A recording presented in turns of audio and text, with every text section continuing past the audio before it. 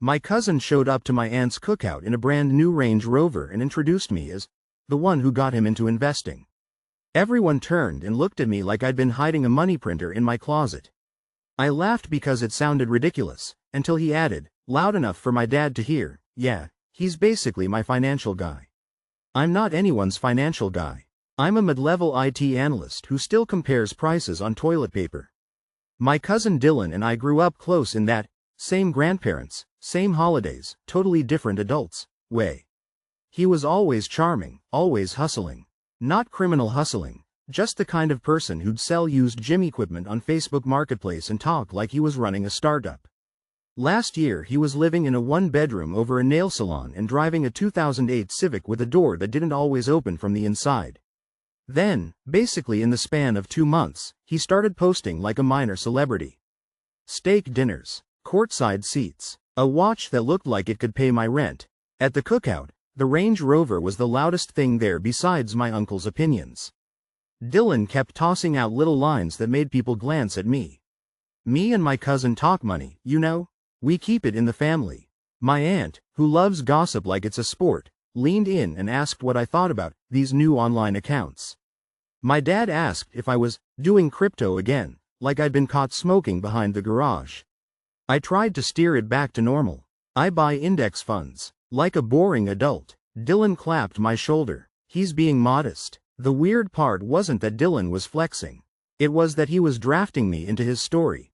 I could feel my reputation being borrowed in real time. A week later, my mom called with that tight voice she gets when she's trying to sound casual and failing. "Did you co-sign something with Dylan?" "No. He said you helped him get approved for his car. Your aunt said you're partners now. Honey, if you're in some scheme." I told her no, again, but it didn't land.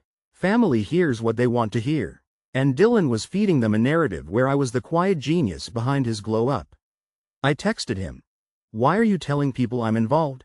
He replied almost instantly. "Bro, relax. It's just easier. People trust you." That sentence bothered me more than the Range Rover.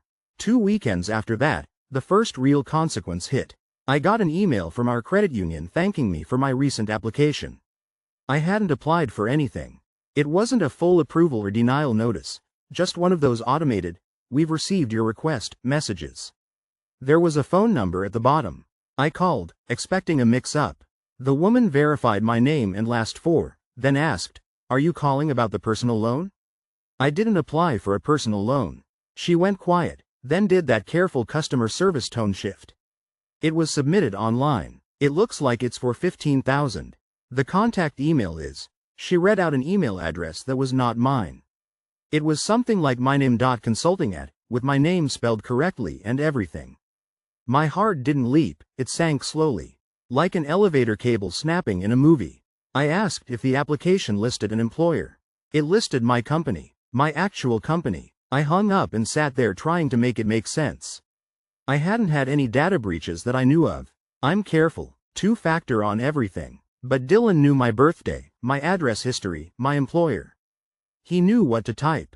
I called him. He didn't answer. I called again. He finally picked up sounding breathless, like I'd interrupted something important. "What's up?" "There's a loan application in my name." A pause. "What?" "No. It lists my job. It's using a fake email with my name on it." "Dylan, what did you do?" He got offended fast, which in hindsight was the biggest tell. "Why would I do that to you?" "Because you literally told me people trust me."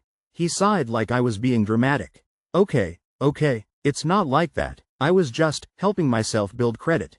It didn't go through. It's fine. It's not fine. Dude, you're acting like I murdered somebody." He promised it wouldn't happen again. He promised he'd handle it. He even threw in, "I'd never screw you over," which is something people only say when they're actively standing over the screws. I froze my credit that night. I set up fraud alerts. I called the credit union back and told them it wasn't me, asked for notes on the account, asked what IP address it came from. They wouldn't tell me, but they advised me to file an identity theft report if I believed it was fraudulent. I didn't file right away. That's the part I'm not proud of. He's family. Filing felt like dropping a bomb in the middle of Thanksgiving. Then Dylan escalated it for me. A month later, my boss called me into her office and shut the door. She had my company's HR person with her, which is never a good sign. We received a verification request from a lender, my boss said, carefully. It listed you as an independent contractor providing financial consulting services. My mouth went dry. I don't do that. HR asked if I had a side business that I hadn't disclosed. Our company policy is strict about outside work because of security clearance stuff. I felt trapped in a way that was hard to explain. If I told the truth, my cousin is using my identity, I sounded unhinged. If I danced around it, I sounded guilty. So I told the truth, but in the most professional, boring way I could manage. I believe my personal information has been used without my consent. I froze my credit. I can provide documentation. They didn't accuse me outright, but I could tell the question hanging in the room. Are you lying because you got caught? After that meeting, 2 people on my team started treating me differently. Nothing overt, just less eye contact, less casual chatter, like I'd become a risk. That night I drove to my aunt's house unannounced. Dylan was there, of course, sitting at the kitchen table like he lived there now, scrolling on his phone. The Range Rover key fob was on the table, placed like a trophy. I asked him to come outside. In the driveway, under the porch light, I told him my job was on the line. I told him a lender contacted my employer. I asked him point blank what else he'd opened. He put his hands up like I was being aggressive. You're blowing this up. It's temporary. I'm flipping accounts. What does that even mean?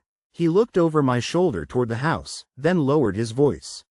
I'm in this private group. It's like an opportunity. You use good profiles to unlock higher limits. You run money through, you pay it back, you keep the points, the cashback, the bonuses. It's not stealing, it's leveraging. What, good profiles? He gave me a look like I should have been honored. Yours, Mom's, Uncle Ray's, people with solid credit. I felt my face go hot. You used Mom? He shrugged. She wasn't even going to notice. She doesn't check that stuff. Then he did the funniest, most infuriating thing possible. He got angry at me. You're gonna ruin this for everyone if you start snitching. I'm finally doing good. Everyone's proud of me. There it was. The real reason he'd been attaching me to his story. It wasn't just trust, it was cover. If anyone questioned his sudden wealth, he could point at me and make it sound legitimate. I went back inside and, in front of my aunt and my mom and my dad, I said, I need everyone's attention for a second. My voice shook, which I hated, but I kept going. I explained the loan application, the fake email, the call from my employer. I told them to check their credit reports. I told them to freeze their credit tonight, not tomorrow. Dylan tried to laugh it off. He's being paranoid. He watches too much Dateline. My mom looked at me like I'd slapped her, then looked at Dylan, then back at me. Is that true? He didn't answer fast enough. My uncle grabbed his phone right there at the table and pulled up his credit monitoring app. His face changed in real time. There's a new card on here, he said quietly. I didn't open a new card. The room went dead silent except for my aunt whispering, Dylan, like she couldn't get the word out. Dylan stood up so fast his chair scraped. You all are seriously going to do this? After everything I've done? What you've done? My uncle repeated, and his voice had this disbelief in it that made Dylan flinch. Dylan grabbed his keys and left. The Range Rover backed out like it was escaping a crime scene. I filed the identity theft report that night. I sent HR the case number. I gave my boss screenshots of my credit freeze confirmation and the credit union notes. My company's security team got involved, which was mortifying, but it worked in my favor. They like paper trails and official reports. Within 2 weeks, Dylan's private group was apparently not so private anymore. My mom got a notice about a delinquent account she'd never opened. My uncle found a charge card with a $4,000 balance. My aunt discovered a business registered in her name. The family group chat turned into a war zone. People took sides for about 24 hours, mostly the ones who didn't want to admit they'd been impressed by Dylan's lifestyle. Then the letters started arriving, and reality did what it always does. Dylan tried to call me from an unknown number. I didn't pick up. He texted from a friend's phone. You didn't have to embarrass me like that. Embarrass him. That was his framing. The last I heard, the Range Rover got repossessed, and he moved in with a girlfriend 2 towns over. Some accounts got reversed, some didn't. My mom still gets nervous opening mail, like it might bite. At work, Things eventually went back to normal, but I can tell my boss still clocks any mention of side gigs like it's a potential fire. The irony is, Dylan never actually looked rich to me once the adrenaline wore off. He looked frantic. He looked like a guy riding a bike downhill with no brakes, shouting at everyone else to admire how fast he was going. I learned something ugly and useful. Some people don't want your money. They want your name, because your name opens doors they can sprint through before anyone notices the lock is gone.